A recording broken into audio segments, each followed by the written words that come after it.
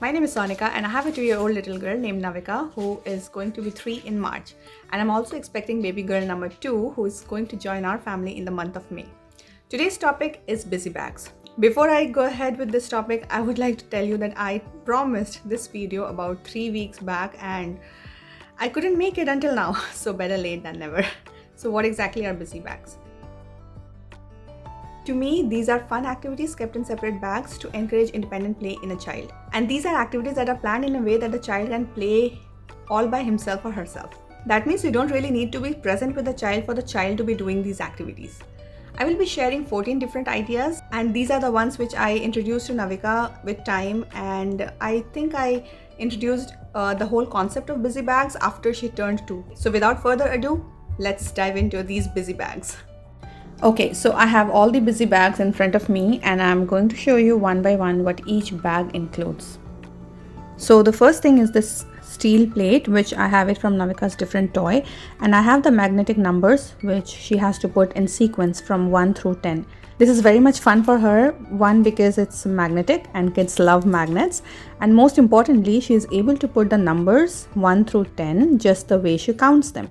While she was able to put 1 through 9 correctly, for the number 10, she always put 0 before 1, and that was a little confusing for her, but now with practice, she can correctly put the number 1 and 0 together in order to make the number 10. This is an activity which I still keep out for her because she enjoys it thoroughly.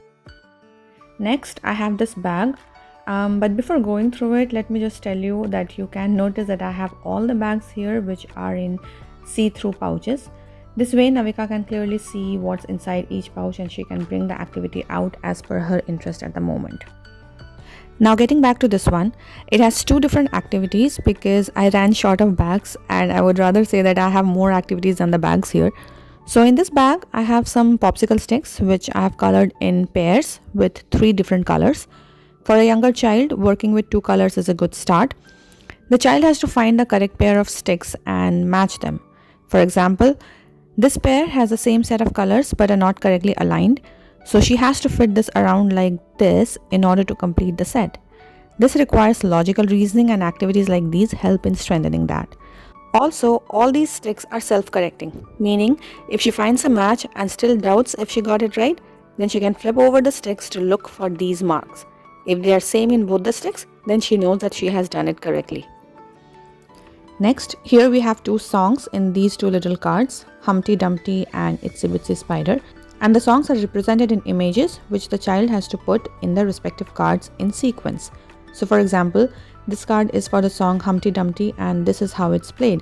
Humpty Dumpty sat on a wall, Humpty Dumpty had a great fall, all the king's horses and all the king's men could not put Humpty together again. So this is how it's completed, and it's so much fun and challenging for young minds. When I introduced this to Navika, she squeaked with excitement every time she completed this and ran to show it to me if she did it right. I still remember the joy on her face. Similarly, she will do the same for the other song, which is Itsy Bitsy Spider, and sing along at the same time. She enjoys this one a lot. I shall link this in the description box below, and like most of the printables in my learning binder, this one is also from totschooling.net. Alright, moving on to the next one. I have some more popsicle sticks here. This remained for a long time in her art card, but now I have moved it here because it seems to be an appropriate place for it. These sticks are velcroed in a way that you can join them together to make a triangle out of the red one and square out of the purple ones. Then she also pulls this on 2 ends to say that it's a diamond. But now she has learned that this shape is actually called a rhombus, and that's what she refers to it now. Next, in the same bag, I have this little notebook for putting stickers. This is the most loved of all the activities here, as you will see hardly any pages left. I will eventually replace this with a new notebook, but I wanted to show you how much a child loves stickers. All you need is a notebook and some stickers. The child loves peeling stickers and placing on a notebook, thereby working on their pincer grasp. This next bag has a notebook and some colors. I have randomly put some colors in here which she will use to scribble in this notebook. These are washable markers, so it's easy to clean just in case she colors on a surface other than her notebook. Earlier I put some crayons instead of these color pens, but those crayons did not give a dark impression on the notebook, so Navika was least interested in using it. I'm yet to find good crayons which a child will absolutely love. So yeah, this is what is there in this bag. This next bag has a color wheel which introduces a child to different shades of a color. This comes with little leaves and have the same colors as in the color wheel. These leaves are stuck onto cloth pins using glue gun, and the child has to find the correct color match. Using cloth pins aids in strengthening the finger muscles, thereby help in bilateral hand movement, which means holding the card with one hand while pinning the colors with the other. All of these further refines the fine motors, which is again very much helpful in developing the proper grip of hands for holding a pen or pencil. How rewarding is this activity, don't you think? This is an activity that I made myself. I took a Ziploc bag and using a permanent marker, I made these shapes, a flower shape and a star shape, because the beads that I'm using are of these shapes. After that, I put some hair gel in it by the cheapest, and then I dropped these beads in the bag. Finally, I reinforced it using a strong scotch tape at the bag opening so that my daughter never opens it up and makes a mess out of it. Now the activity here is to get the beads into its respective shape.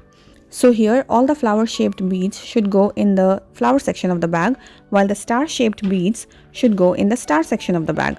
It might look very simple, but getting the beads into its respective section is quite challenging. Next, I have a counting activity in this bag. I have these cards where Navika has to count the objects in each of the cards and put the cloth pin on the number that corresponds with it. Not only this activity helps with counting, but it is backed by the use of cloth pins, which like I mentioned earlier, helps with strengthening of finger muscles. This is also from totschooling.net. You should go and check it out for yourself for a ton of free fun printables. In this bag, I have some straws. I think these are called crazy straws. I also have some felt scraps which I have cut into small pieces. I made a fold at the center like this and made a cut here so that now the cut is in the center. Navika has to thread this felt piece from one end of the straw, wiggle it as it goes and take it out from the other side. This looks too easy to be true. It presents a whole new challenge because a child needs to twist the hands in order to loop the felt piece through the straw. Next, this is what I made it myself again. I cut this cardboard from a cereal box and glued these pasta using glue gun. Next, I have provided some earbuds which she has to push through from one end of the pasta to another. This was one of the earliest activities when I introduced the busy bags to my girl. I have also provided these pipe cleaners so she can use these too instead of the earbuds. There's an additional challenge with the pipe cleaners though, as these tend to bend. So the child has a learning opportunity here by pushing the pipe cleaner in a way that it goes through without getting bent. Next, I have these popsicle sticks which I have colored on both the sides. I dipped these into various colors and laid it on a parchment paper to dry overnight. This is totally open-ended as she can make anything she wants out of these. But to provide a guide, I have drawn some shapes onto these sheets and she can simply put these sticks carefully along the lines to form the shapes. It can further be challenged by coordinating the colors. For example, it's green here, so she will follow along with another green. Then the other side here is red, so she will find another stick with a red side. Now the other side of this is orange, so she needs a stick which has an orange and a brown. This is how she will complete this rhombus. I have made all possible color combinations with the sticks and I have made a rhombus, 2 triangles, a pentagon, a hexagon which has been crushed up, and a square. I have introduced this very recently and she sits through a few shapes at a time, not all of them, which is absolutely fine. I cannot just leave out puzzles which she loves so much. I have put this 24-piece puzzles for her to play with anytime she wants. If you are interested to see her solving this puzzle, I'll put a link here, go check it out. I stored these puzzle pieces in a Ziploc bag. And I forgot to mention it earlier that opening a Ziploc bag is a challenge in itself. Lastly, and the best of all, and Navika's all-time favorite activity here. As you can see, Navika has already made so many of these. I introduced this activity to enhance her fine motor skills and to build her interest in threading activities. If you have followed me for a while, you will know that Navika had probably the least interest in threading activities. So I tried many different activities to encourage it in her, and this is what hit the jackpot. Initially, she did not play with it at all. Probably it was too challenging for her.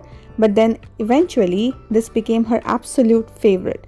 She can sit at one place and go on for like 20 minutes straight just threading these beads into these pipe cleaners. I highly recommend this activity. This has been her favorite busy bag activity and she still keeps coming back to it. So that was it. I hope you got some ideas on how to make busy bags for your own kids at home. Also, it can be for kids of all ages. You can make activities along the interests of your child, and the activity ideas are endless. If you run short of ideas, just go to Pinterest or simply Google it. You'll find tons of ideas there, and then you can find what will interest your child better. I hope what I have shared in this video has been helpful, and if you liked it, please do not forget to give it a thumbs up and also subscribe to the channel if you haven't yet. I share parenting ideas and tips based on my research and my own experience as a first-time mom, and I share a video every Tuesday. If you like this video, please check out my other videos as well. I'll link the playlist here and also in the description box below. I hope you join our little family here, and I cannot wait to see you here next week again. Bye.